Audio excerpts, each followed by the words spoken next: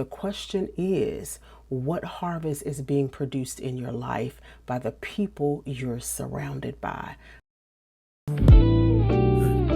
It's all about faith, no matter the pace. Help you manage it all, whatever comes your way. Come on and journey with me. Journey with me. Journey with me. Journey with me. Journey with me. Journey with me. Journey with me. Yeah. Journey with me.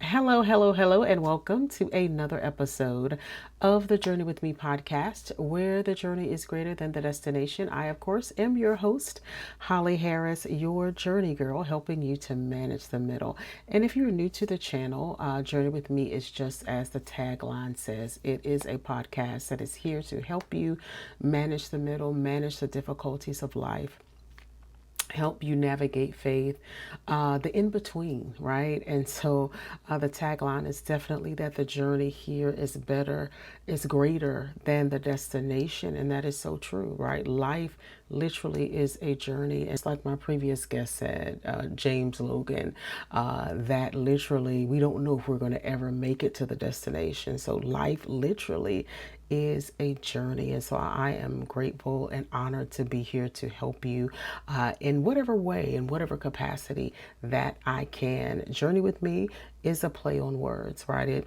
It's a journey with me because you're literally journeying with me because I am sharing tidbits from my journey. It's also journey with me because I hope that you feel as though someone is journeying with you. And lastly, when I started this podcast, I literally heard God say, I want you to go on a journey with me. So it was literally him personally telling me, I want you to go on a journey with me. So it is my hope that you feel those things simultaneously. You feel the wisdom from the teachings. They help you on your journey, and that you feel as if you are getting closer to God as a result of it. So thank you so much for being a part today and for listening to this episode, because I feel like it is a good one. Well, with that being said, on today's episode, I want to talk about something that could literally make or break your life, and that is the people you choose to spend time with, right? I honestly consider myself to be blessed. I have been blessed with some of the most amazing friends, and although we don't talk every day, right, when we need each other, we're always there for each other. If you guys are a fan of my other podcast, Truth Reveal, you know that on a previous episode called Just Reminiscing, we talked about our friendship. We talked about our bond, the bond that we share together, and how we met and all of the things. And I can honestly say that at this stage in my life, I can't really think of anyone in my life that I would consider a question mark, right? I'm sure about all of the relationships that God has allowed me and privileged me to be a part of.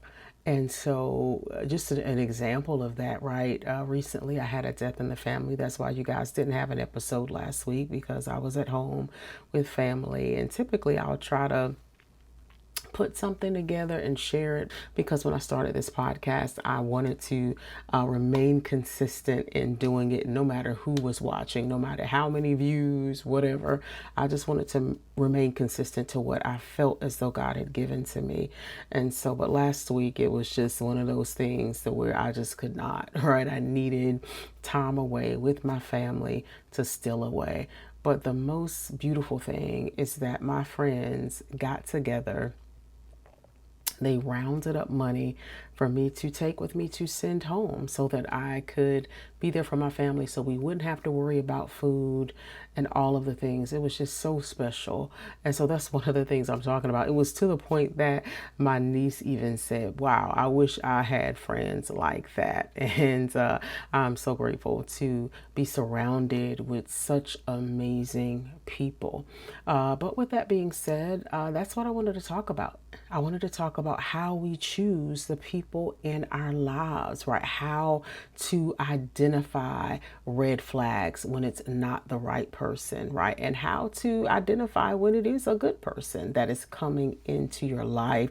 Because again, as I stated before, it's one of those things that could literally make or break you up. I can't really remember who said it, but there's like a saying that goes something like, show me your friends and I'll show you your future. And it's really true. Like the people that we hang around really have a direct bearing on how our lives unfold. So it's really important that we choose the right people to surround ourselves with.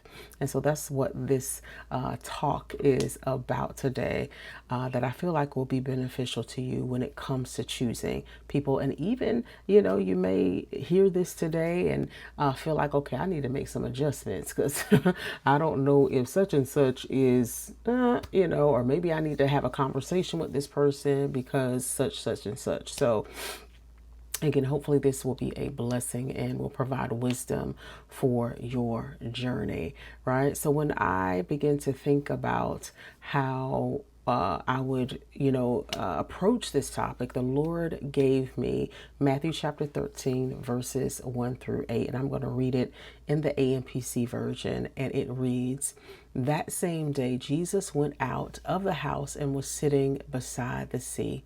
But such great crowds gathered about him that he got into a boat and remained sitting there while all the throng stood on the shore.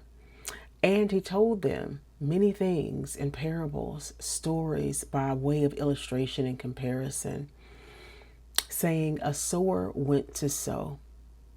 And as he sowed, some seeds fell by the roadside, and birds came and ate them up.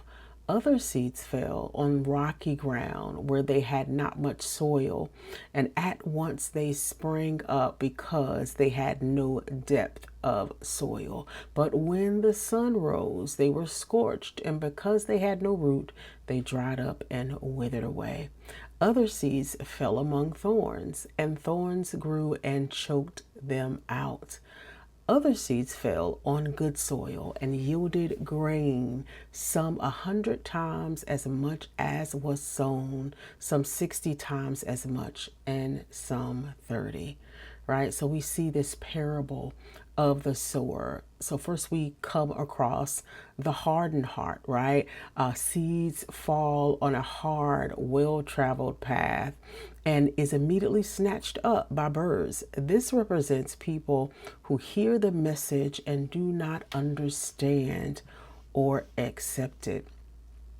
Right, then we had rocky ground, which is representative of the shallow heart, right? Seeds land on rocky ground where it springs up quickly, but some wither under the sun because it lacks deep roots.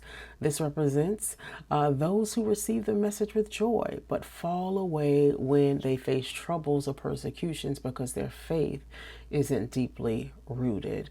Right, so then we are then approached with thorns, which represents the choked heart, right? The seeds fall among thorns, which grow and choke the plant before it can yield fruit. This represents people who hear the message but allow worldly worries, the lure of wealth, and life distractions to suffocate their faith. And then lastly, we have good soil, right, which represents the receptive heart. Seeds fall into fertile soil, allowing it to grow deep and produce a generous harvest. This represents those who hear the message, understand it, and live a fruitful life that reflects their faith, right? So you may be saying, what does this have to do with the people that we choose in our lives, right? Every moment we spend with others, we are sowing seed, right? Relationships are an investment. You give and you receive. And as a result, we know that anytime we make an investment, again, there will be a harvest. But the question is, what harvest is being produced in your life by the people you're surrounded by? Again, going back to that quote, show me your friends, I'll show you your future, right? What harvest is being produced by the people you surround yourself with, right? And this parable kind of gives us a snapshot into the different types of hearts. And so once you determine the type of heart, i.e., soil that you're dealing with, then you're able to determine whether it's worth you sowing your seed in the first place, right? And so, although this parable is slanted towards the good news of the gospel, it can be applied to other areas of our lives, right? Even our relationships. So let's go back to the text, right? And take a look at the snapshots that we see when we look at each heart. First, we see the hardened heart, right? The roadside, the birds ate them up, right? It's a well-traveled path, though, right? So spiritually, this can look like a religious person, someone who goes to church, but they lack the intimacy with God. But relationally, this looks like someone who doesn't have the capacity to love, right? Because when you think about it and you look at a road, first of all, it's not expecting seed because this is not where you would normally plant seed. So it's not even expecting to receive seed. So this looks like someone who either rejects love, may take for granted what you sow into them, or it may look like a one-sided relationship where you're pouring into someone who lacks the ability to produce what you need, right? These relationships, they lack understanding and acceptance. You will often see gaslighters and narcissists found in this category. Around this person, you may also feel drained or maybe even used. You'll go the extra mile for them, but they'll never do the same for you. Because again, we go back to it being a roadside, a place where you would not even expect to find seed, right? And so these are people who don't even have the capacity for love. So again, you may find those who are gaslighters, who are users in this category. And so you have to be able to discern in order to spot those who, especially if you are the type of person who is naturally a giver, like it's nothing for you to give, that's a part of your nature, that's a part of who you are, you can be easily fooled by someone in this category. And so you are constantly trying to understand them, but then they lack the capacity to understand where you're coming from. They lack the capacity to accept you for who you are. So you may find yourself in situations where they're trying to change who you are or suggest that you make changes in order for them to love you. But in fact, they don't even have the capacity to love, right? And then we look at the shallow heart, right? The rocky ground, right? That is, once it sprung up because there was no depth of soil, the sun, it rose and it was scorched due to it having no roots. Relationships with those who have a shallow heart will be those who, when you meet them, you become fast friends, right? But then they're never there for you when you need them.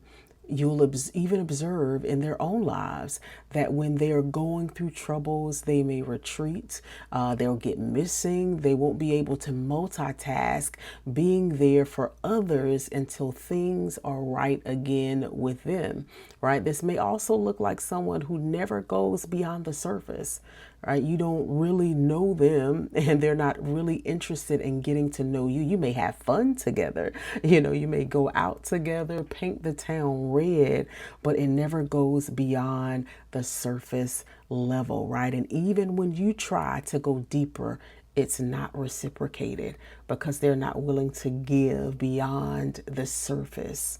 And then we have the choke heart. It talks about the thorns coming to choke them out because they were easily distracted by wealth, by the lures of the world. So being in relationship with someone who has a heart that is easily distracted or a choked heart looks like someone who is less concerned about mutual friendship and more interested in how their connection to you will benefit them, right? How much they can get out of you.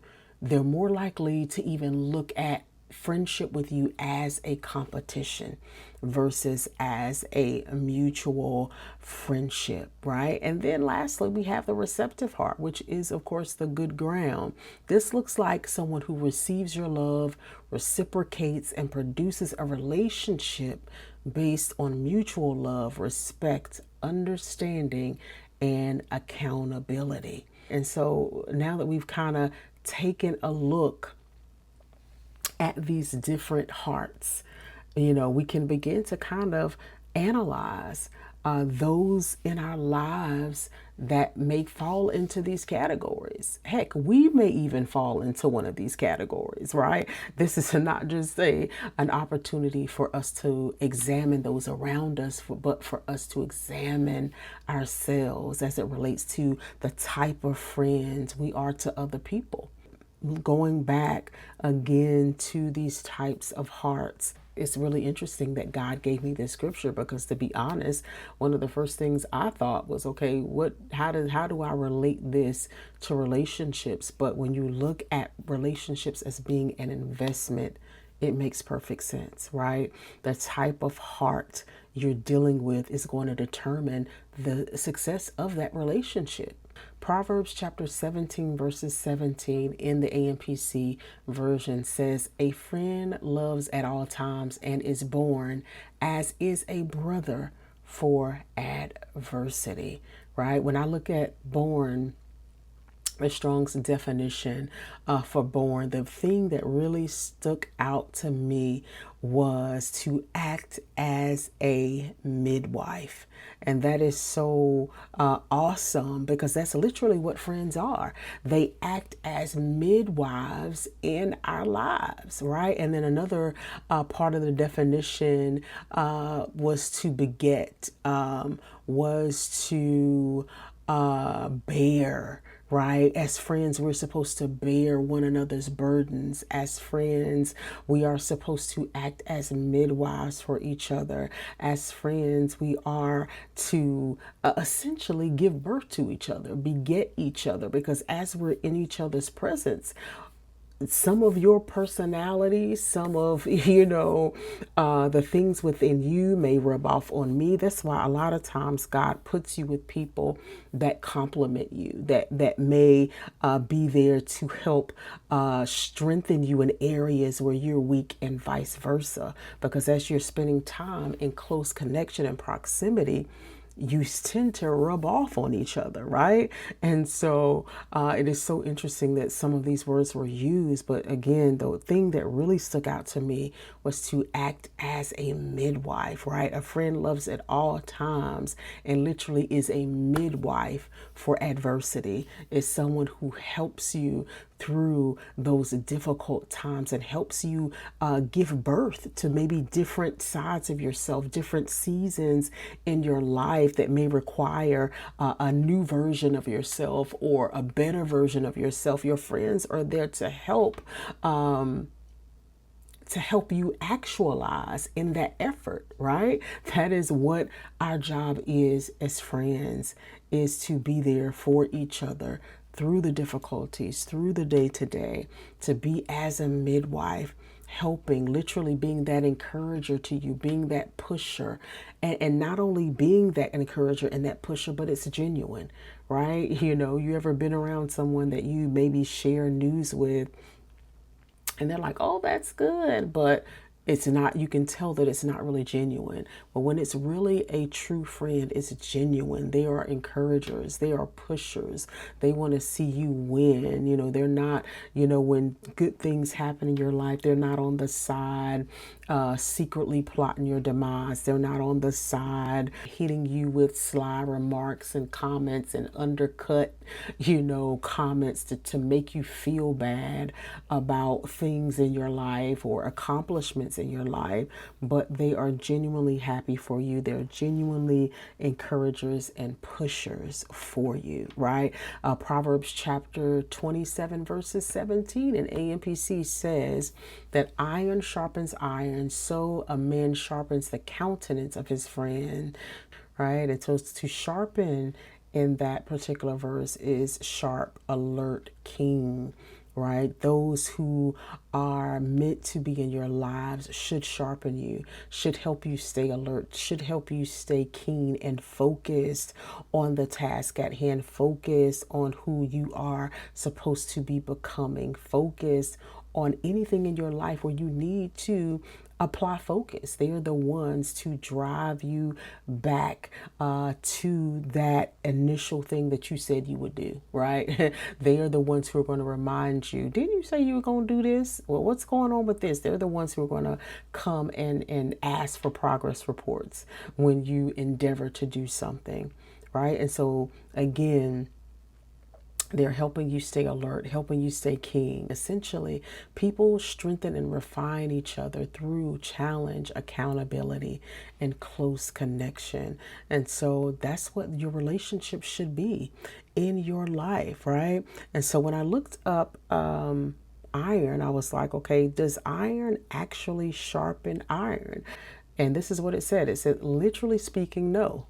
You need a material that is harder than metal being sharpened. Rubbing two pieces of the same hardness, like iron on iron together, generally wears both down rather than creating a refined edge.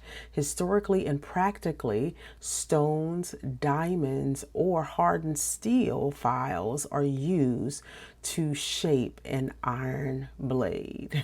So that was really interesting to find out that literally these two things do not sharpen each other. So what the word is literally using more so is a metaphor, not literally, but metaphorically, that people are to improve each other's character, their intellect and skill through healthy challenges, accountability, and mutual friction. So, right, that iron on iron is basically saying it should be mutual. It should not be one sided. It should be a mutual sharpening. If you find yourself in a relationship where you're doing more sharpening than the other person, then this person may actually be a mentee versus a friend. But people who have been sent into your life to be a friend should cause mutual friction, right? There should be mutual benefit. There should be a mutual harvest towards the betterment of both parties, right? And so it's important, again, for us to be discerning about who we let into our life, where we spend our time, right? Where we sow our seed. So at first we need to, again, we have to identify the ground. What type of heart am I dealing with? To even know whether or not it is of my benefit to even sow seed in this direction. Like the word of God talks about, do not cast your pearls before swine. So it is so important that we identify the type of heart that we are dealing with. The next thing we need to do is identify the type of relationship it is. Again, is it a mentee relationship where you're just meant to disciple this person? Is it a friend, or is it something romantic, right? So we have to be able to decipher which relationship this person is going to represent in your life. Like, because miscategorizing leads to frustration and unmet needs, right? If you've ever been in a situation before to where maybe someone of the opposite sex comes into your life and you start catching feelings, but they're literally just meant to be a friend, where that causes frustration because your expectations of this person is to meet you at a place romantically, and they're meeting you on a friend level. And so that creates frustration and unmet needs. Then on the other hand, right, you have those situations to where people come into your life and God just wants you to minister to them. He wants you to disciple them, but all the while you want this person to be your friend, but they don't have the capacity to meet you where you are because God literally set that relationship up and designed it so for you to be the one pouring into them. Right? And so it's important to be able to properly discern and identify why people have come into your life, not just the type of heart they're bringing into the situation. Also, what purpose does this person serve in my life. And then lastly, we have to adjust our expectations accordingly so there isn't frustration, so that each party's needs are met. But regardless of what type of relationship it is, right, it's going to produce a harvest. There is fruit that is attached to each type of these relationships, right? But the harvest is going to look different in your life, right? For the one you are mentoring, it's going to look like the beauty of seeing how this person grows and gets from point A to point B, right? The beauty of being in a friendship is going to be seeing how you mutually benefit and how you mutually grow from being a part of each other's lives. But what is so important is when you do find those relationships that are considered good ground, where you're both coming into a friendship and you're both receptive to receiving what the other person offers, and you're coming with love, you're coming with understanding, you're coming with acceptance. Those are the relationships you want to hold on to. Those are the relationships you want to extend grace in, because those are hard to find. But it's important that we be willing, it's pivotal even, that we be willing to extend grace when we discover good ground, right? And so that was basically all I wanted to share with you today, was to kind of give you some tidbits, give you some pointers on choosing the right people for your life, right? But the beautiful thing is, even when you have those who come into your life that may not come with good intentions, right? The harvest of that relationship will be learning how to spot the fraud the next time. We'll be learning, right, how to discern better. Your discernment will be heightened when you come into contact with those who were never meant to be there in the first place, right? And so there is a harvest to be had in every relationship, but just know that it is so important that we be able to discern who is meant to be there, as to not waste our time, as to not steal our time, right? As to not, go through undue heartache and pain, expecting something from someone who doesn't have the capacity to give it. Right. And so it's also important, again, just going back to looking at this, not just from a standpoint of the people and pointing fingers at the people in our lives, but also identifying those areas where we need to improve and be better and to show up better for the people that God sends to us. All right. Thank you so much for hanging out with me today. If you don't mind hitting that notification bell, hitting that subscribe button so that you could be made aware anytime I drop content. You can also follow me on social media at Journey With Me Podcast on Facebook or at Journey With Me Pod on Instagram. You can also follow me personally. I'll have all of that information in the show notes. I think that is it, guys. Thank you again for hanging out with me. God bless you. And until next time, peace.